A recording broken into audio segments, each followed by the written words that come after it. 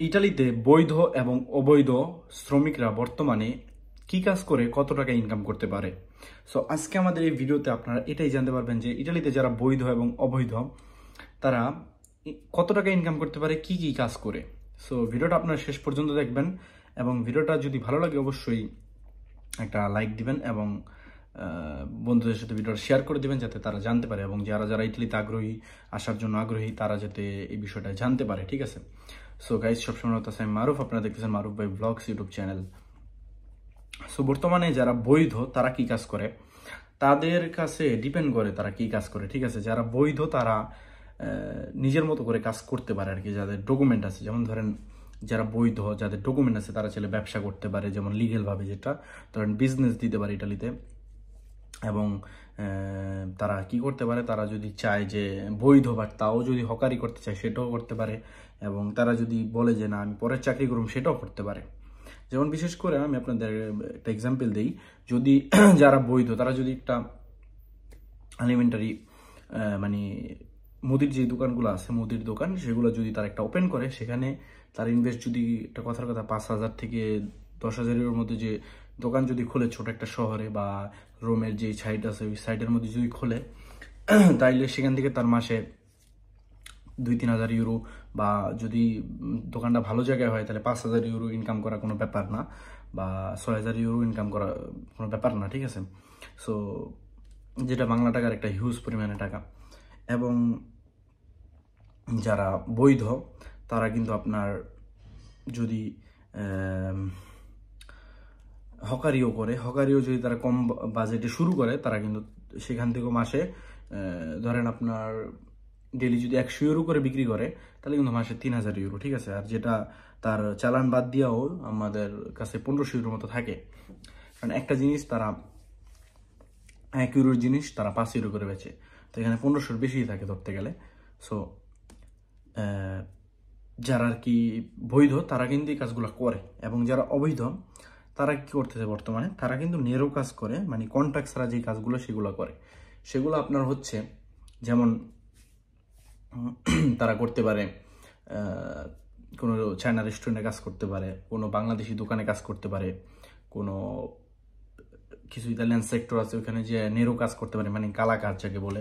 কালা কাজ মানে হচ্ছে কন্ট্যাক্ট ছাড়া কাজ, কিন্তু এগুলা ইটালির আইনে নাই। সো এগুলো থেকে আপনারা বিরত থাকার চেষ্টা করবেন। ঠিক আছে। যদি মালিক আপনার কন্ট্যাক্ট করতে না চায়, তাহলে আপনি মালিককে বলবেন কন্ট্যাক্ট ছাড়া আমি কাজ করবো না, তুই যদি আমাকে নেস নিতে পারো তার জন্য, আর না নিলে নাই। কারণ আজকে আপনি প্রথম দিন যে কাজে যান, আপনি ব্যথা পান, সেটার টাকা আপনাকে কে দিবে? যদি আপনার কন্ট্যাক্ট থাকে তাহলে আপনাকে ওইটা ইমস দিবে, ইমস আপনাকে টাকাটা দিবে। কিন্তু আপনার যদি কন্ট্যাক্ট না থাকে, সেখানে কিন্তু আপনাকে কেউ টাকাটা দিচ্ছে না। সো এইগুলো চিন্তা করে আপনি কন্ট্যাক্ট ছাড়া কারো কাজ করবেন না। বেশি থেকে বেশি হলে 2 দিন, যদি বলে যে প্রভা করার জন্য নতুন কাজে ঢুকবেন প্রভা, সেখানে 2 দিন কাজ করবেন কন্ট্যাক্ট ছাড়া। 2 দিন পরে বলবেন সাথে সাথে কন্ট্যাক্ট করতে, আর যদি না করে তার কাজ ছেড়ে দেবেন। আপনি আজেরা থাকবেন, তাও তাদের কাজ করবেন না। আমার সাজেশন এটা আপনাদের জন্য। এটা আইনে নাই, যদি ধরতে পারে পুলিশে, তাহলে কিন্তু এখানে আপনারও প্রবলেম হবে, এবং যে আপনাকে কাজ দিয়েছে তারও প্রবলেম, তার অবস্থা শেষ, এবং আপনারও সমস্যা হবে অনেক। সো যারা অবৈধ তারাও কিন্তু মাসে ভালো টাকা ইটালিতে ইনকাম করতেছে, বিভিন্ন বড় শহরে হকারি করে, তারপর হচ্ছে আপনার ফুল টুল বিক্রি করে, এগুলা করে কিন্তু ভালো টাকা ইনকাম করতেছে। এবং যেটা ধরেন একজন যে ফুল বিক্রি করে, সেও আপনার বড় একটা শহরে মিনিমাম 1,000 থেকে 1,500 ইউরো ইনকাম করে। এটাকে অনেকে ভিক্ষা বলে, বাট ভিক্ষার মতো না গাইস, এটাকে ভিক্ষা মানে আমি বলি না। কারণ কি জানেন, কারণ সেখানে কাজ করতেছে। ফুল বিক্রি করা, হ্যাঁ অনেকে খারাপ চোখে দেখে, বাট এটা খারাপ চোখে দেখার মতো কিছু নাই এখানে। আমি অনেক রেসপেক্ট করি মানুষদের।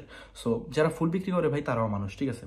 সো এখানে আপনাদের চিন্তা করতে হবে যে যে টাকাটা সে কামাচ্ছে সেটা আমার দেশে রেমিটেন্স যাচ্ছে। ঠিক আছে। সো এইগুলো চিন্তা করে যারা ফুল বিক্রি করে তাদেরকে সম্মান করতে শিখুন। তারাও মানুষ, আপনিও মানুষ। সো এগুলো থেকে বিরত থাকুন, যে মানুষকে নিয়ে মজা করা, হ্যান ত্যান, ফুল বিক্রি করে, ভিক্ষা করে, এইগুলা বলা যাবে না গাইস। সো যারা ফুল বিক্রি করে তারা 1,500 ইউরো ইনকাম করে। 1,500 ইউরো বাংলা টাকার হচ্ছে 2 লাখ টাকা। আর যদি সে একটা বৈধ মানুষ যদি একটা ব্যবসা দেয়, যেমন আপনার যদি একটা আলিমেন্টারি দোকান দেয়, সেখানে আপনার যদি সে দিনে যদি 200 ইউরো ইনকাম করে, সেটা মাসে 6,000 ইউরো চলে আসে। 6,000-এর মধ্যে ধরেন সবকিছু বাদ দিয়ে তার কমসে কম 3,000 ইউরো থাকবে। 3,000 ইউরো মানে হচ্ছে বাংলা টাকার হচ্ছে এখন বর্তমানে 4 লাখ টাকা, 4 লাখ টাকার প্লাস। ঠিক আছে। সো ইতালিতে যারা যারা আছে সবাই খুব ভালো আছে গাইস, সবাই ভালো টাকা ইনকাম করতেছে, সবাই সুন্দরভাবে লাইফ লিড করতেছে।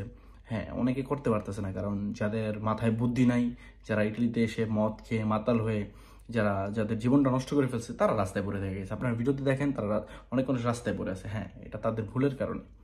সো গাইস, ভিডিওটা আজকে এখানেই ছিল, ভিডিওটা বেশি বড় করলাম না। আপনাদের যদি এ নিয়ে পার্ট 2 দরকার হয়, অবশ্যই আমি আপনাদের জন্য পার্ট 2 বানাবো। নেক্সট কে কি নিয়ে ভিডিও চান সেটাও আমাকে কমেন্ট করে জানাবেন, ইনশাআল্লাহ আমি আপনাদের জন্য ওরকম ভিডিও বানাবো। সো নেক্সট একটা ভিডিও দেখা হবে। সবাই ভালো থাকবেন, সুস্থ থাকবেন। অলওয়েজ মারুফ ভাই ব্লগস ইউটিউব চ্যানেলটি দেখতে থাকবেন। আপনাদেরকে অনেক অনেক ধন্যবাদ, আপনাকে আমাকে অনেক সাপোর্ট দিচ্ছেন। সো ইনশাল্লাহ আপনাদের ভালোবাসায়, আপনাদের দোয়ায় এই চ্যানেলটি, মারুফ ভাই ব্লগস চ্যানেলটি অনেক দূরে এগিয়ে যাবে। আর ইনশাল্লাহ আপনারা সাপোর্ট করলে অবশ্যই এগিয়ে যেতে পারবো। আপনাদের সাপোর্টে আজকে আলহামদুলিল্লাহ চ্যানেলটা খুব ভালো সুন্দরভাবে চলতেছে। আপনারা দোয়া করবেন, সাপোর্ট করবেন, ভালোবাসা দিবেন, ভালোবাসা নেবেন। যে কোনো বিষয়ে আপনাদের হেল্প লাগলে আমার সাথে যোগাযোগ করতে পারেন। আমার ফেসবুক পেজ হচ্ছে মারুফ ভাই ব্লগস, টিকটকে মেসেজ দিতে পারেন, ফেসবুক পেজে দিলে ভালো হবে। সো ইনশাল্লাহ নেক্সট একটা ভিডিও দেখা হবে। সবাই ভালো থাকবেন, সুস্থ থাকবেন। আসসালামু আলাইকুম গাইস, আল্লাহ হাফেজ, টেক কেয়ার।